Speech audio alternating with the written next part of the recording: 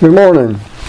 Today we're going to look at the country of Israel, and before we get into the meat of the lesson, I want to give you an idea of exactly what we're dealing with when you're talking about Israel. Israel was reformed in 1948, and the land area that they had, which excludes water area, was 5,500 square miles. Now, to put that in perspective for you, closest state to that in the United States would be Connecticut with 4,842 square miles. After the Six-Day War in 1967, Israel acquired some land, or maintained some land that they took in that war, and they didn't give it back because they wanted to make sure to maintain a buffer zone between them and the people who want to kill them. That way they'd have a little bit more warning if somebody decides to attack them again. So their land area increased to 8,019 square miles. And again, looking at the United States, the closest state to that is 7,800 square miles, the state of Massachusetts. New Jersey runs into number 2 with 7,355 square miles. The state of Florida is 7 times larger than Israel. Since 1967, Israel has ceded land to the Palestinians, and today they're being pressured to give back more of the land that they won during the Six-Day War in 1967. So what we're dealing with here is a nation that is only slightly larger than the state of Massachusetts, with a population that's about the size of the state of New Jersey, and they're taking on the entire world. Did you know that there are more than twice as many Jews living in New York City than there are in Jerusalem? In New York, there's 1.1 million Jews, but in Jerusalem, there's 550,000 Jews, plus 300,000 Arabs. Even so, the nation of Israel figures very prominently in our study of end-time prophecy. But before we can go 1 inch farther, I want to make one thing perfectly clear, and never forget this. The Jews are God's chosen people. They may not be everything that God wants them to be right now, but they are still God's chosen people. Nothing is going to change that. Over the centuries, there have been many attempts by the church to spiritualize the promises that God made to Abraham and then apply them to the church. This is what is known as replacement theology because it replaces Israel with the church. This has been done in an attempt to usurp Israel's position in Scripture as the chosen people, but trust me, God has not forgotten His chosen people. God made this promise to Abraham: I will bless those who bless you, and him who dishonors you I will curse, and all the families of the earth shall be blessed. Well, that applies just as much to nations as it does to individuals. He also told Abraham that he would have many descendants, and I will make you a great nation, and I will bless you and make your name great. 3 of the world's largest religions consider Abraham to be their founder. And then God promised Abraham, for all the land that you see, I will give to you and to your offspring forever. Then on another occasion God said, and I will give to you and to your offspring after you the land of your sojournings, all the land of Canaan for an everlasting possession, and I will be their God. He reaffirmed that promise directly to the nation of Israel in Jeremiah chapter 31. For this is the covenant that I will make with the house of Israel after those days, declares the Lord. I will put my law within them, I will write it on their hearts, and I will be their God, and they shall be my people. Through Jeremiah, God had promised to be Israel's God forever. As I mentioned earlier, there are those who will say that the promise that God had made to Israel had been transferred from the nation of Israel to the church. Well, trust me when I tell you this, there is nothing in Scripture that would support that idea. In fact, Scripture actually supports the opposite view. Even today, Israel remains at the center of redemptive history. In spite of all the issues that the modern world has to deal with today, our attention is constantly being drawn to the Middle East and especially to the nation of Israel. God is not finished with Israel yet. He promised them a future in 1 Samuel chapter 12. For the Lord will not forsake His people for His great name's sake, because it is pleased the Lord to make you a people for Himself. And again in Psalm 89 He said, I will not violate my covenant or alter the word that went forth from my lips. Once for all, I have sworn by my holiness that I will not lie to David. His offspring shall endure forever, his throne as long as the sun before me. Like the moon, it shall be established forever. a faithful witness in the skies, Selah.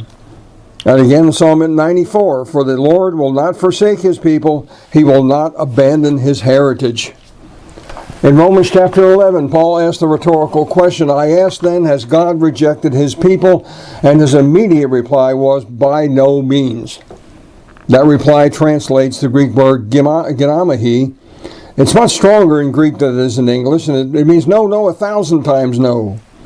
It's the strongest negative used in the New Testament, so apparently Paul didn't think that God had abandoned Israel. He went on, for I myself am an Israelite, a member of the tribe of Benjamin. God has not rejected his people whom he foreknew.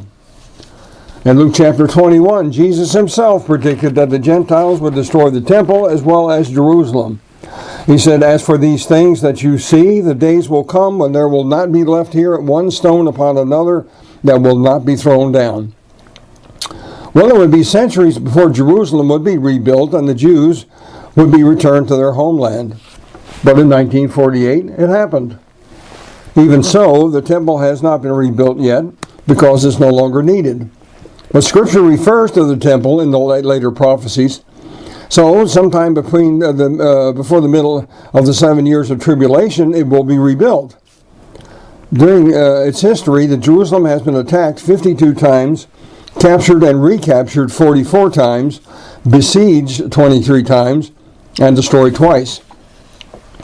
The part of the city that was known as the Old Jerusalem was first settled 4,000 years before Christ was born.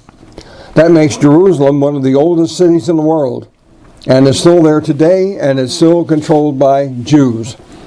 We are living in an incredible time in history. The Jews have survived the melting pot of the world and are now, this very day, gathering together in their own land. Okay, throughout the centuries that have passed since Christ's resurrection, there have been many attempts to relate the events of history with the end-time prophecies. The events of World War I and World War II were supposed to be the Armageddon that would signal Christ's return. But both those wars ended without Christ's direct intervention. So those two world wars were not the Battle of Armageddon. People are always trying to predict the day of his return. There are some who claim that he has already returned and just hasn't told anybody yet. But Scripture tells us that when Christ returns, he's going to ride in from heaven on a white horse, leading an army of saints who will be wearing white robes. And there will be so many of them that they'll look like huge clouds, and everyone will see him, and that's what the Bible calls them. Then the second, as his foot hits the Mount of Olives, is going to split in two, and the crack is going to extend all the way to the Mediterranean Sea. Then he's going to destroy Satan's army.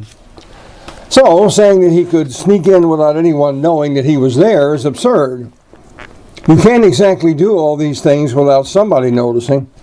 So, when Jesus returns, everyone is going to know it. Paul wrote, so that at the name of Jesus every knee should bow in heaven and on earth and under the earth, and every tongue confess that Jesus Christ is Lord, to the glory of God the Father. Now, there are still others who will claim to actually be Christ. The Jehovah's Witnesses cult was originally founded by Charles Taze Russell in 1872 as the International Bible Students Association, and they are forever predicting when Jesus will return. They ignore what Jesus himself said, but concerning the day and hour, no one knows, not even the angels in heaven, nor the Son, but the Father only. Officially, they deny that they've ever done that, but their attempts to fix the date of Christ's return have been very well documented in their writings. They first claimed that Jesus was going to return in 1874. When Jesus failed to show up, they picked 1878. Then it was 1910, 1912, 1914, 1915, 1918, 1925, and 1945. And the latest date that I'm aware of is 1975. Well, that didn't work either. So they modified their prediction, and now they claim that Jesus returned spiritually in 1914 and is now ruling the world from his millennial kingdom in heaven. Well, if that was true, he sure doesn't seem to be doing a very good job. Benny Hinn predicted that Jesus would return in the year 2000 to set up his kingdom. Well, have you seen him? I haven't. There are thousands more who do the same thing, and according to the test of Moses that we talked about last week, people should not be following a man like him or anybody like him. The Baha'is are one of the cults that claims that he has already returned and hasn't told anybody yet. Mother Ann Lee, who founded the Shakers, claims to be the second incarnation of Christ. Reverend Sun Myung Moon of the Unification Church called himself the second coming of Christ. A man in South Florida called himself Yahweh ben Yahweh, which means God the Son of God. He claimed to be Christ. He formed a black separatist cult and was convicted of conspiracy in connection with the killing of 3 church members who disagreed with him. He was also convicted of charges of 18 separate instances of racketeering that included 14 murders, 2 attempted murders, extortion, and arson, and sentenced to life in prison. And he advocated the killing of all white people. He was paroled in 2001 and died of cancer in 2007. Maharaji Ji of India calls himself the Lord from Heaven in a 747. David Berg founded a group that had gone on by many names and started in Huntington Beach, California as Teens for Christ. It gained some notoriety as the Children of God, and today it's known as the Family International. It's really a sex cult that abuses children and encourages young women to become prostitutes. And Berg called himself the Messiah. He died in 1994, but his group is still operating today. I'm sure that all of you remember David Koresh and the Branch Davidians. He also claimed to be the reincarnation of Jesus. Back in the 1980s, a former NASA engineer and self-proclaimed Bible scholar named Edgar Whisenant wrote a book titled 88 Reasons Why the Rapture Will Be in 1988. He mailed 300,000 copies of his book to pastors all over the country and sold 4.5 million copies. If you're interested, it's still available on Amazon, but since it's out of print, supplies are limited. In that book, he claimed that Jesus was going to return on Rosh Hashanah in September of 1988. And he said that if he was wrong, the Bible was lying. Trinity Broadcasting actually took his prediction so seriously that as that day grew closer, they would interrupt regular programming throughout the day to tell people how to get ready for the rapture to occur. Well, when Jesus didn't show up as scheduled, Whisenant published a new edition of his book. This one was titled The Final Shout, Rapture Report 1989. He claimed that he had made a computation error and that Jesus was really returning on Rosh Hashanah in 1989. Well, it's obvious that he was wrong again. He went on to write books predicting that Jesus would return in 1993 and then in 1994. He kept making predictions all the way up through 1997, but for obvious reasons, nobody paid much attention to him. Now, there is something that I'd like to know. If he was so convinced that Christ was going to return on all those dates, why did he charge for the books? After all, if he was right, what was he going to do with the money? That should have been a dead giveaway that he was a phony. I heard that later on he renounced Christianity because Jesus just wouldn't keep the appointments that he made for him, and he was an avowed atheist until his death in 2001. In addition to all these false claims, there are many who say that he isn't returning at all. They say that the stories about his resurrection were invented by wishful thinking disciples. They feel that Jesus is dead and that's the end of the story. And anything beyond that is pure fiction. Because of the unscriptural attempts at calculating dates and because of people who already falsely claim to be Christ, and because of the claims being made by certain churchmen who say that he isn't really coming back at all, some people have discredited the prophecies concerning his second coming. Of course, doing that makes Jesus a liar because he predicted his return on several occasions. To others, just the mention of prophecy sends them running for the hills. Somehow they feel that it's wrong to attempt to interpret this prophetic writings. They seem to feel that God doesn't really want us to know what's going to happen. Well, if that were true, then why did he inspire these prophets to give us the predictions in the first place?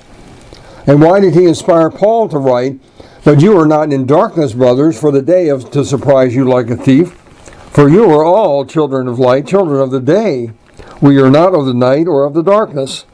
So then let us not sleep as others do, but let us keep awake and be sober."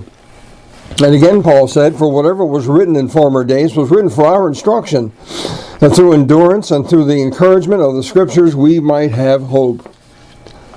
The point is this: there's nothing wrong with studying prophecy, but we need to do it properly.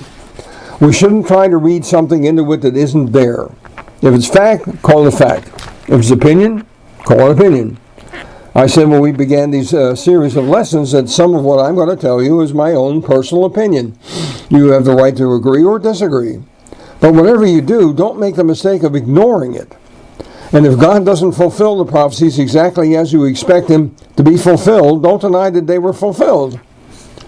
That's the mistake that the Jews made when they ignored 324 Old Testament predictions concerning Messiah that were fulfilled by Jesus. And never try to calculate a date. Even Jesus Himself said that He didn't know the date of His return.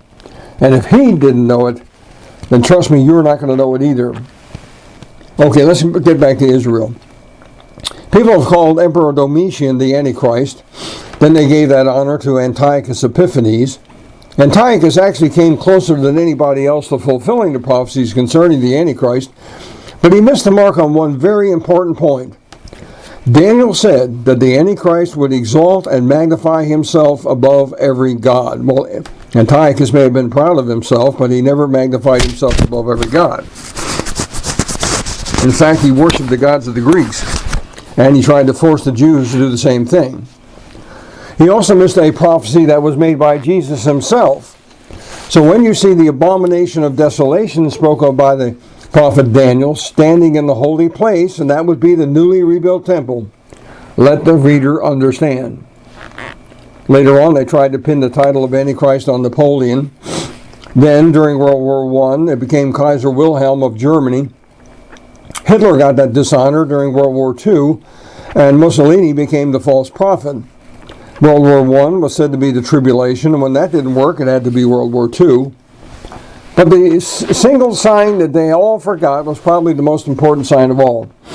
Israel had to be reestablished as a nation before anything else could occur. And it had to be in the land that God had given to the descendants of Abraham. In other words, it had to be in the physical land of Israel.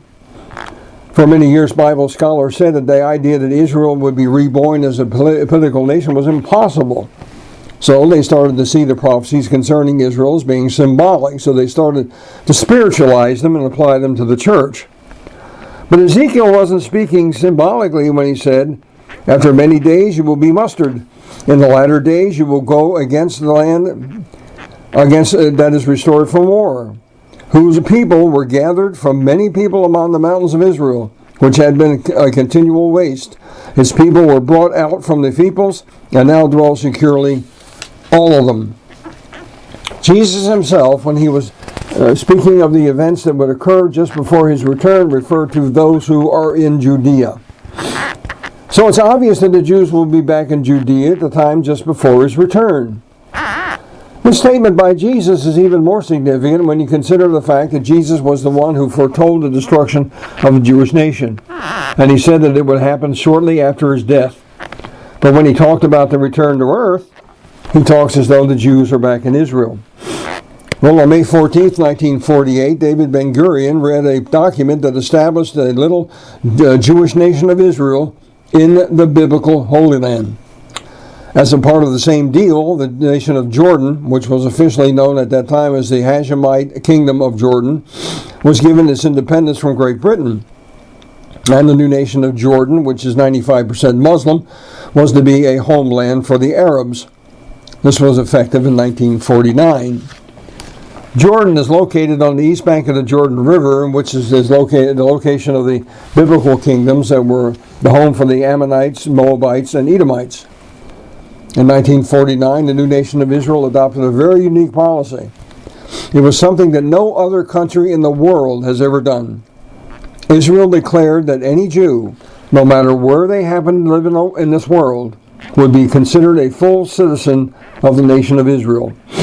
In effect, that act reunited the entire Jewish people into one nation again. And this nation is in the same land that God had promised to the descendants of Abraham, the physical nation of Israel. They don't have all the land that God promised to Abraham, but they do have a good chunk of it. And they are a political entity again. They won't get the rest of the land until Jesus returns and sets up his kingdom here on earth, with its capital in Jerusalem. The point is this: you can't simply sit back and ignore the nation of Israel. Even if you are totally disinterested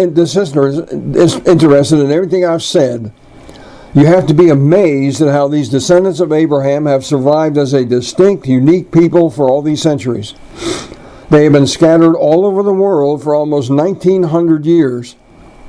They have not had a country to call their own for over 2,600 years. The Jewish people have suffered some of the most insane persecutions and some of the worst hardships that mankind could dream up. No nation in the world has been persecuted more than Israel. But in spite of everything, they have remained as a distinct, unique people. Well, God planned it that way. I mean, if you ever wanted proof of God's existence, there it is. What better proof could there be than the survival of the Jewish people, the Jewish religion, and the Jewish culture? When was the last time you spoke to a Philistine or a Hittite or an Edomite or a Moabite? But you can speak to an Israelite. Okay, at this point we need to stop and make a very important observation. There is something that we need to keep in mind as we continue in this study. As of this date, Israel has been reborn politically, but not spiritually. Let me draw your attention to Ezekiel chapter 36. Ezekiel speaks about the physical rebirth of Israel in verses 8 to 10. But you, O mountains of Israel, shall shoot forth your branches, and yield your fruit to my people Israel, for they will soon come home. For behold, I am for you, and I will turn to you, and you shall be tilled and sown, and I will multiply people on you, the whole house of Israel, all of it.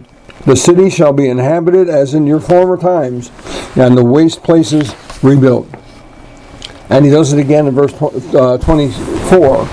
I will take you from the nations and gather you from all the countries and bring you into your own land. You look at the nation of Israel today and see the fulfillment of those prophecies that were made centuries ago. By the way, there are those who will insist that these prophecies apply to the return from the captivity in Babylon. And we'll find that there are many passages of prophecy that were fulfilled in two different times in Israel's history. The first fulfillment is partial, but sometimes something is always there to tell us that it also refers to a future event as well.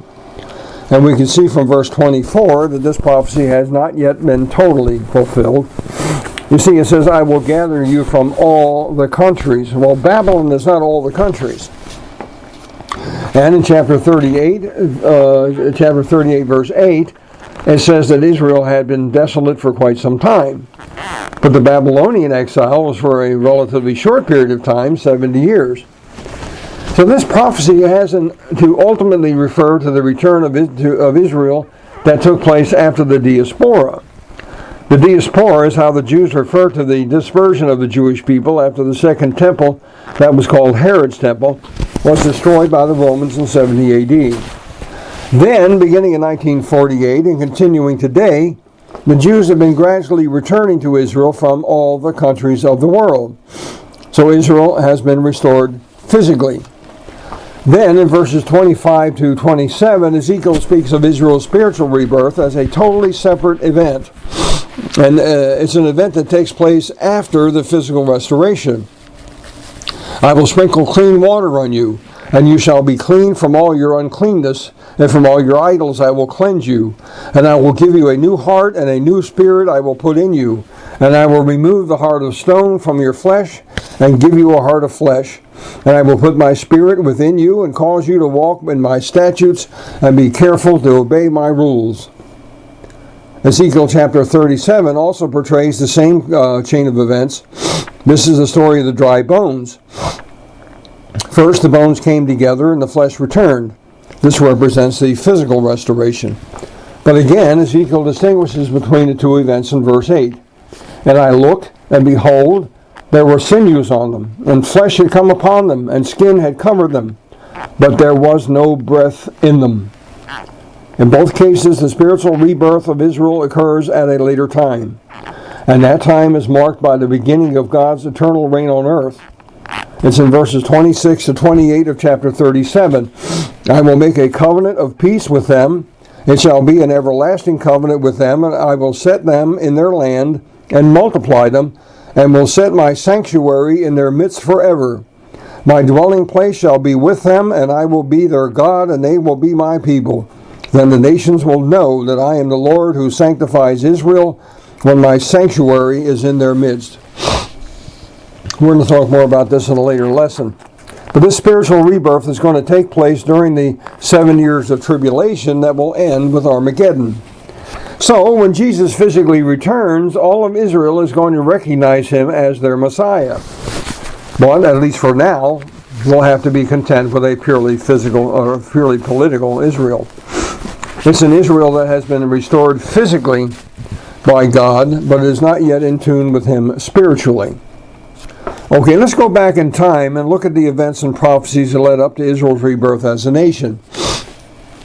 About 3,500 years ago, while the Jews were all still en route from Egypt to the promised land of Canaan, Moses predicted that Israel would be destroyed as a nation by two different times.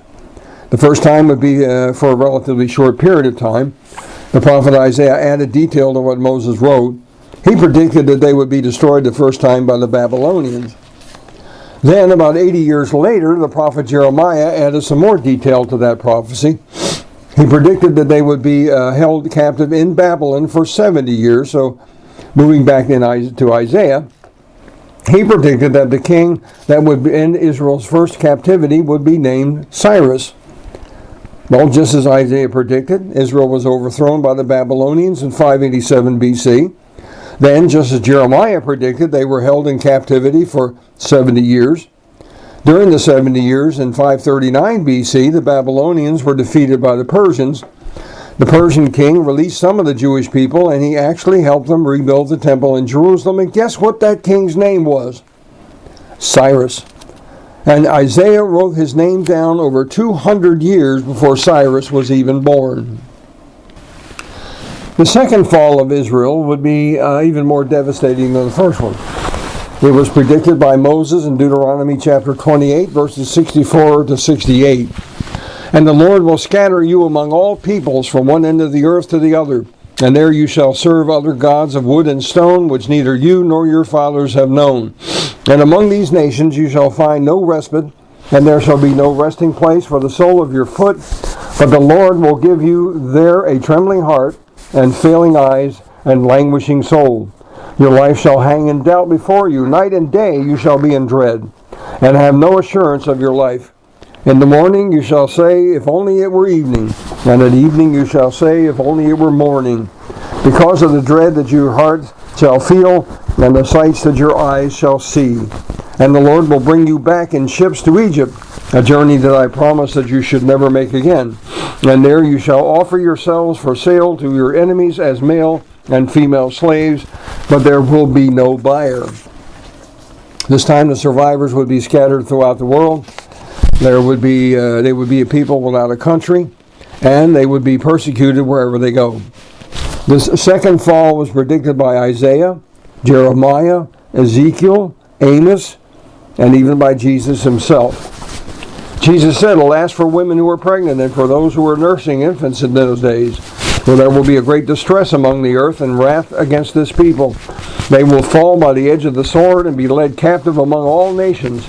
And Jerusalem will be trampled underfoot by the Gentiles until the time of the Gentiles are fulfilled. This added to what Jesus had said earlier. For the days will come upon you when your enemies will set up a barricade against you and surround you and hem you in on every side and tear you down to the ground.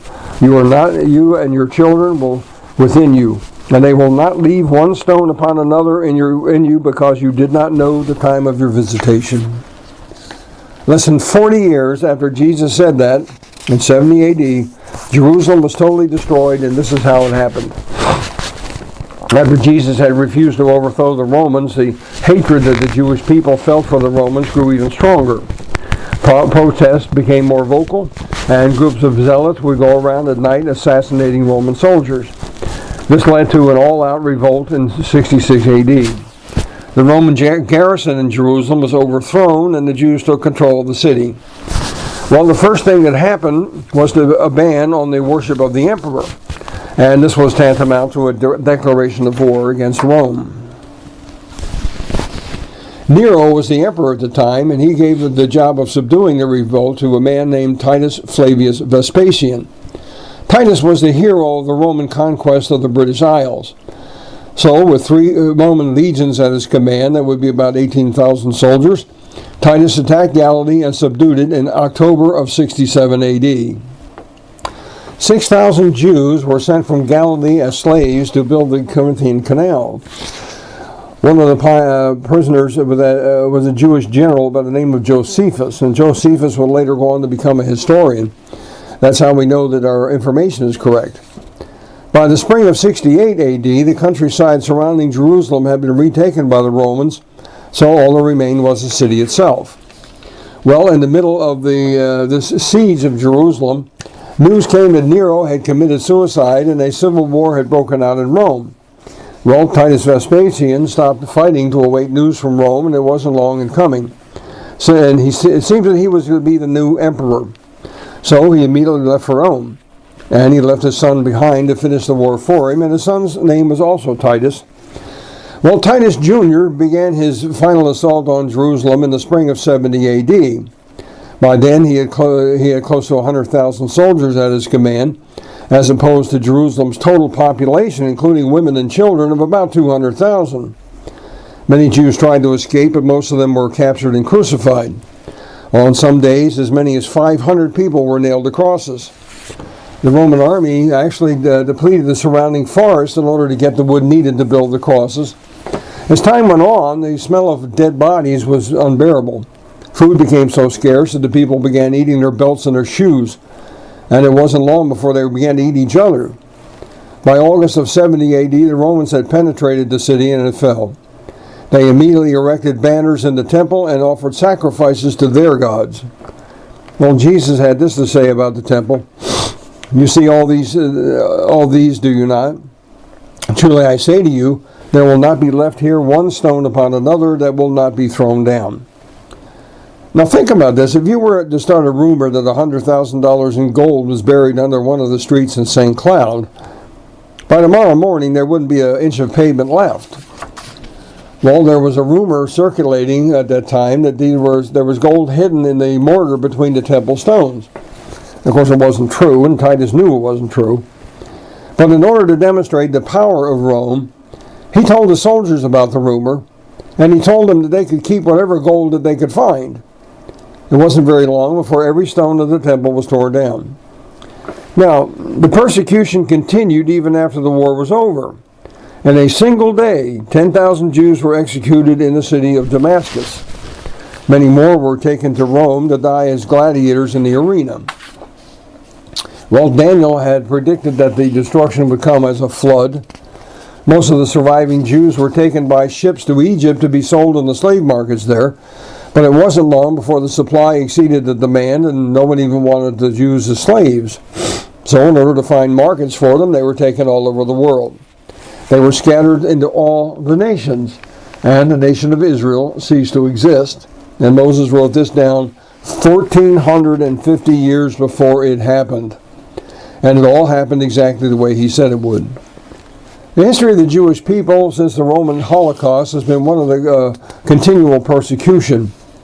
During the Crusades of 1096 and again in 1146, the Crusaders were trying to take back Israel from the Muslims in the name of Christianity.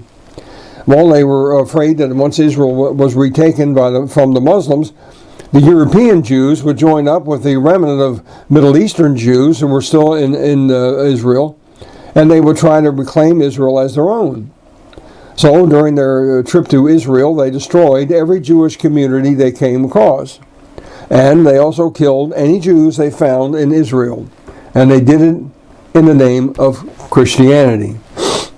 In 1290, King Edward I of England ordered that all Jewish people were to be removed from the country. A similar edict had been issued in France in 1236. And in one village, over 3,000 Jews who refused to leave were trampled to death by horses. In 1348, the Jewish people were accused of poisoning wells and causing the bubonic plague. Of course, we know now it was caused by rats. To save themselves from European persecution, many of the Jews fled to Poland and Russia. But they weren't even safe there. During the Russian Revolution in 1918, many Jews were killed or expelled from the country. The musical Fiddler on the Roof is set during the time of the Jewish persecution in Russia. And of course, the Nazi Holocaust is well documented. More than 6 million Jews died in the death camps. Israel's history in exile is of exile and mystery, the misery, and their rebirth as a nation in 1948 should have shown the world that God keeps His promises. The prophecies weren't secret. The Bible is the top-selling book in the world. Anyone can read it, but the truth is the world hasn't even noticed. And an even sadder truth is the fact that most Christians haven't even noticed. They can't seem to see God's hand in all this. As far as the rebirth of the nation of Israel is concerned, most of the world is walking around with blinders on. Their eyes are wide open, but they don't see a thing. Okay, the next thing that must happen before Christ can return is this. The Jews must reclaim Jerusalem. Many of the events that occur in the days before Christ's return are given to us in Zechariah chapters 12 and 14. Most of them take place in or near the city of Jerusalem, so it's very clear that the Jews must be in control of Jerusalem at the time. Well, the Jews reclaimed Jerusalem in June of 1967 during the Six-Day War. Next, the Jews must proclaim Jerusalem as their capital. Well, the Jewish parliament declared Jerusalem to be their capital and moved their government there in 1978. Now remember, this is not Bible I'm teaching you here. This is history. These are events that you can point to. Many of them have taken place in your own lifetime. And they were all predicted in detail in the Bible centuries before they happened. Now, before the stage is set for the last great act of drama to take place, there is one more thing that must happen in Jerusalem. The Jews must rebuild the temple. In Matthew chapter 24, Jesus was speaking about the Antichrist, and He said, "So when you see the abomination of desolation spoken of through the prophet Daniel, standing in the holy place, let the reader understand." And Paul was speaking about the same event when he said, "Let no one deceive you in any way. For that day will not come unless the rebellion occurs first, and the man of lawlessness is revealed, the son of destruction, who opposes and exalts himself against every so-called God or object of worship, so that he takes his seat in the temple of God, proclaiming himself to be God." It's obvious from these verses that the temple must be there. It's also obvious from Daniel chapter 9 that the system of sacrifice will be reinstated just prior to Christ's return, and that can only take place in the temple in Jerusalem. Well, there is only one place on earth where the temple can be built. According to Jewish law, it must be built on Mount Moriah in Jerusalem. God gave the plan for the first temple to King David. David's son Solomon used the plan to build the first temple on Mount Moriah about 3,000 years ago. This temple has become known as Solomon's Temple. That temple was destroyed by the Babylonians in 587 BC. The second temple was built by the returning Jews about 2,400 years later, or 2,400 years ago. Later on, it was remodeled by Herod the Great, and it was renamed Herod's Temple. The temple was destroyed by the Romans in 1952 years ago, and it has not yet been rebuilt. Now, if you're thinking that since the temple isn't rebuilt yet, and since Christ won't return until it is, this means that I have lots of time to worry about my relationship with God, you better think again. First off, you don't know if you're even going to be alive tomorrow. And second, the temple doesn't have to be rebuilt before the rapture of the church can take place. And the temple probably won't be complete until halfway through the 7-year tribulation. We'll be talking more about that in a later lesson. The rapture of the church is when Christ calls His church, which is made up of true believers, out of this world and to meet Him in the clouds. And besides, the Jews have been talking about rebuilding the temple for years. And with modern building techniques, it could be up and operating before you know it. In fact, the robes and the furnishings for the temple have already been made and are in storage. Did you know that? And there are archaeologists in Israel that claim to know where the Ark of the Covenant is. A group of Jews in Ethiopia claim that the Ark was taken there for safekeeping before the Babylonian siege. They claim to have it in a small temple that was built to house it, and they have protected it for all these centuries. Problem is, they won't let anybody enter the temple to see whether it's there or not. Some people believe that their claim is true because they really don't have anything to gain by lying about it. Others will say that they're definitely guarding something in that building, but it's not the Ark of the Covenant. There is one group of archaeologists who have been digging around the temple in Mount Jerusalem, and they have discovered a hidden chamber beneath the site of the old temple itself. They claim that the Ark was hidden there by the priests during the Babylonian siege. Seismic tests have shown that there is definitely a chamber there. All they need to do now is dig a tunnel to it. But they were doing just that a few years ago, but when they tunneled under the Al-Aqsa Mosque, the Muslims threw such a fit that the government made them stop digging. These archaeologists claim that the government has stopped them from digging because they think that they might be right, and they don't want to deal with the consequences of finding the Ark right now. Well, wherever it is, I don't think it's going to be too many years before they found it. But, quite frankly, the Jews operated the temple for a lot of years without the Ark of the Covenant, so I don't think that finding it today would be mattered very much. Okay, where the temple is built is important too. The site where it must rest is already occupied. It's the site of the Muslims that the Muslims claim is the third holiest site in the Muslim faith. But if that were true, they didn't pay much attention to it before 1948. It's the site of the Al-Aqsa Mosque and the Dome of the Rock. This is sometimes called the Mosque of Omar because he was the one who built it. This is thought to be the site where Abraham offered his son Isaac to God. Of course, the Muslims claim that he actually offered Ishmael to Allah, but they don't think of it as a holy site for that reason. They consider it to be holy because Muhammad is said to have traveled to heaven from this rock, and that belief has to be questioned. You see, the only thing the Quran says about Muhammad's trip to heaven was that he ascended from the farthest mosque.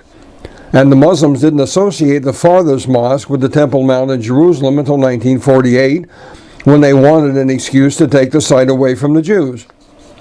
Anyway, when the Jews rebuilt the temple, they are going to have to destroy the Mosque of Omar and the Dome of the Rock. And the Muslims in the world are not going to like that at all. In fact, that single act will most likely trigger the beginning of the end, World War III. Well, there are many scoffers today who claim that the Jews will just build the temple next to the mosque and that they can share the same site. But that idea is absolutely absurd. The Muslims on that hill get upset if the Jews even walk next to that mosque. Do you honestly think that they would tolerate a Jewish temple next door? And do you think that the Jews would tolerate a pagan shrine sharing the site with the temple of God? It's interesting to note that the attitude that the Jewish people have about the presence of the mosque on the Temple Mount. One reporter interviewed a famous Jewish historian named Israel Eldad. The reporter asked him, "Do your people intend to rebuild the temple?" Eldad said, "From the time that King David first conquered Jerusalem until Solomon built the temple, just one generation passed. So will it be with us." The reporter was sort of startled by that answer. So he said, "What about the Mosque of Omar and the Dome of the Rock, which now sits on the Temple Mount?" And Eldad said, "It is, of course, an open question. Who knows, maybe there'll be an earthquake." You see, the Jews don't see any need at all to retain that mosque. If it were up to them, they would bulldoze the site today. Now let's look at the situation in Jerusalem today. The Berlitz Pocket Guide to Jerusalem warns the readers, this is sacred ground and has more blood spilled on it for its own sake than any other place in the world. Rivalries lie dormant and do not disappear. Well, Berlitz is right. Jerusalem has been fought over for centuries, and the war is still going on today. No other city in the world has ever stirred more passions than Jerusalem has.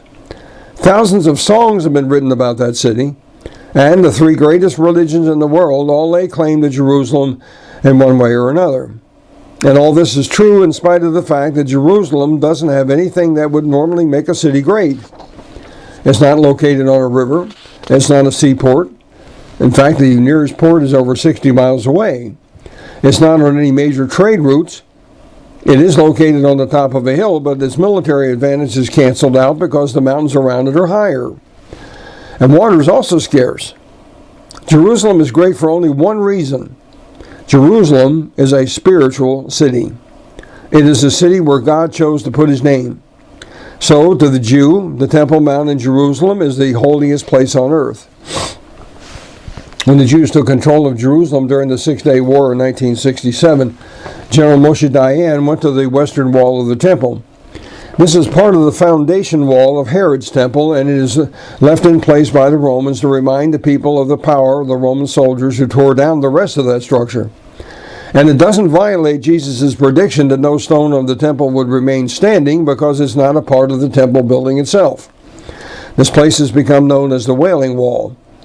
Well, Dayan said, "We have returned to our holiest of holy places, never to leave her again."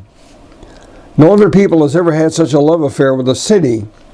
Regardless of what compromises Israel's secular government may make with the Muslims, the love that the Jewish people have for Jerusalem cannot be ignored. For the Muslims, Jerusalem is holy because they believe that the Prophet Muhammad and his horse were transported to heaven by Allah from that rock that is located under the Golden Dome, which sits next to the Al-Aqsa Mosque. But other than that, the city isn't all that important to them. The Crusaders tried to take the city away from the Muslims several times during the 10th and the 12th centuries, and they succeeded for short periods. But under the leadership of Caliph Saladin, the Muslims finally drove the Crusaders out of the city, and one sect of Muslims or another has controlled the Temple Mount until June of 1967. Even so, when the Muslims controlled it, it was never a national capital, and it only held minor value for them. So you see, to the people that in that part of the world, Jerusalem is much more than just a piece of real estate. The affection that the Arab Muslims have for the city is really more political than it is tangible. They act like children who only want something if someone else wants it. Jerusalem is only important to them when someone else has it. There are both religions and racial religions for them to want to hold that city. So it's obvious that these struggles are not going to go away anytime soon. Now, contrary to what the news media would have you believe, the Jews have been the majority in Jerusalem since the early 1800s. By 1946, the Jewish population numbered about 100,000, compared to a non-Jewish population of about 65,000. Since the Six-Day War in 1967, Jerusalem has been expanded to include a population of about 550,000 Jews and 300,000 Arabs. The Arab Muslims enjoy more freedoms in Israel than they would ever have if they lived in any other Muslim country in the Middle East. But the news media would have you believe that Jerusalem is actually a Muslim city and that the Jews took it away from them. But the fact is, ever since 1967, Muslims and Christians still have access to their holy sites. In fact, Muslims still control the Temple Mount, just as they've done for the 12 of the last 13 centuries. To the Muslims, Mecca and Medina are their holy cities. So aside from the Dome of the Rock, Jerusalem has no significance for them at all. In fact, it was in severe disrepair until the 20th century, so it wasn't all that important to them until the Jews gained control of the city in 1967. You see, even though Islam didn't appear until the 7th century, Muslims claim that Islam is the original religion of the world. And because of that, they think that they have a right to usurp every holy site in the world for Islam, no matter who currently possesses it. You see, whatever group of people believes, even if it's not true, has the same influence on their lives as if it were true. So even though the Arabs don't really have a legitimate claim on Jerusalem, they think that they do, and that's all that matters. Another myth that the media has been promoting is the necessity for the creation of a Palestinian state before peace can be achieved. Fact is, there is no such thing as a Palestinian.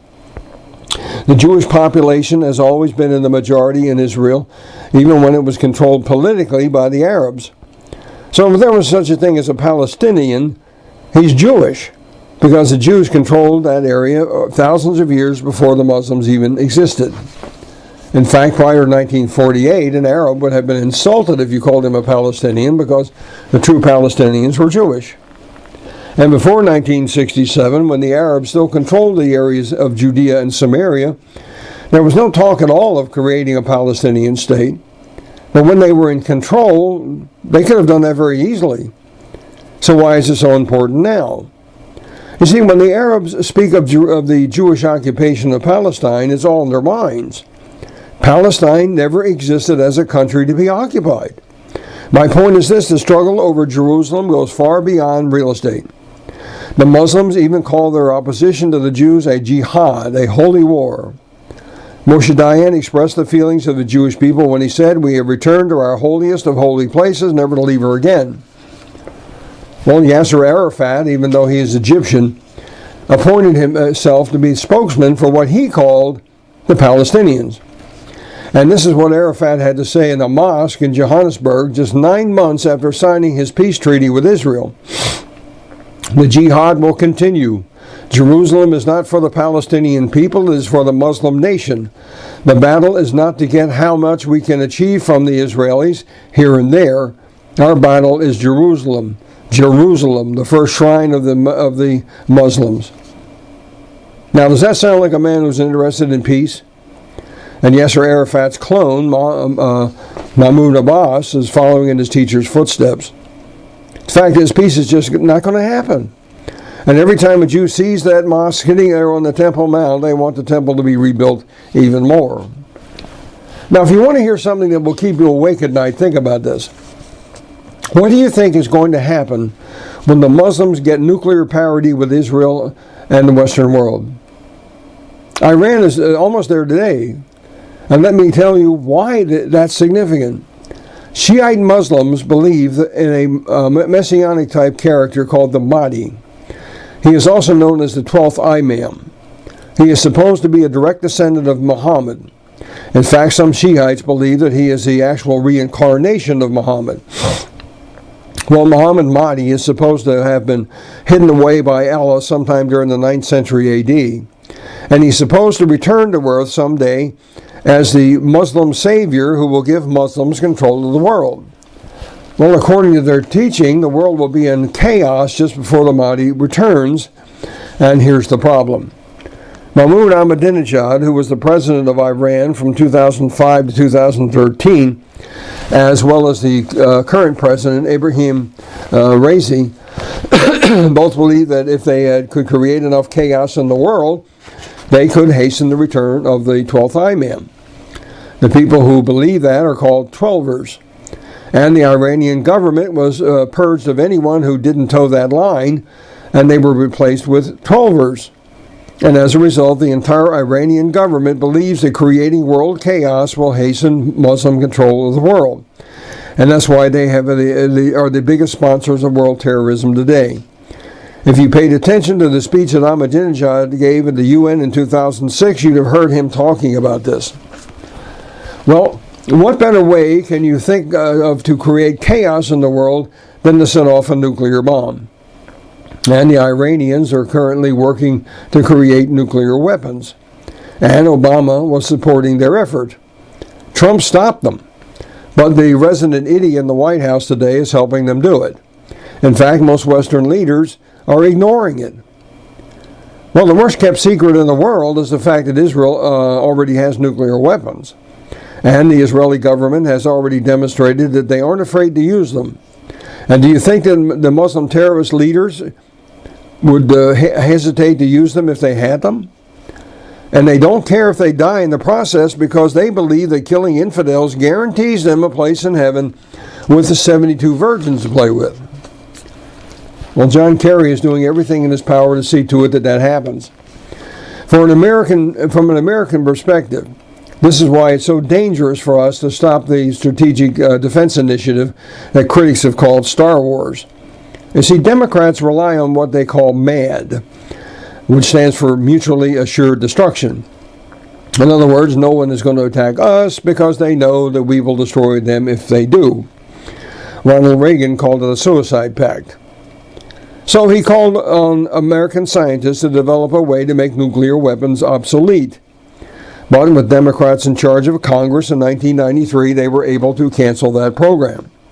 Democrats have never seen a war that they wanted to win. Even though Russia isn't perceived as being a threat to us anymore, the Muslims can be, and can be sooner than you think. And let's not forget the threat posed by North Korea. Bill Clinton built some nuclear reactors there. They were supposed to make electricity with them.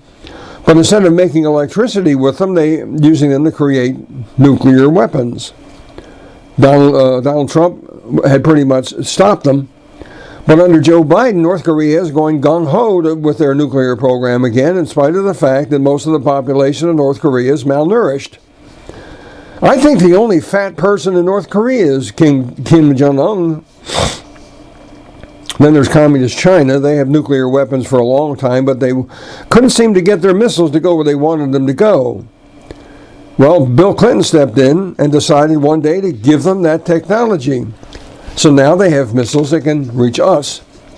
The point is this: even though there is a lot of rhetoric going on today about peace in the Middle East, don't believe it for a minute. This conflict is already 4,000 years old, and is philosophical and racial in nature. It resides in the mind, so it isn't going to be stopped by a peace treaty or by redrawing some lines on a map. Muslims even teach that you should make friends with your enemies until you are strong enough to destroy them. All right, let's recap. First, the Jewish nation has to be reborn in historic Israel. Second, Jerusalem is under Jewish control for the first time in over 2,600 years. And third, the Jews are planning to rebuild the temple. It wasn't that long ago that church leaders were saying that none of that could be possible. They said that the prophecies had to be symbolic. But today it's like the main piece of the puzzle is now in place, and all the other pieces are going to fall into place right after it. The stage is set. The curtain is about to rise on the greatest drama that the world has ever seen. For anyone who trusts in God, this is an exciting time. Jesus is coming soon. And remember, the same prophets that predicted the events that we've just talked about, events that are no longer prophecies, they're history. And the same men that predicted what is yet to come. If part 1 came true, why should I think that part 2 won't? Okay, tune in next week, same time, same channel, and we're going to find out what a Gog is. Next week, we're going to try to identify the nations that will fight the last great war.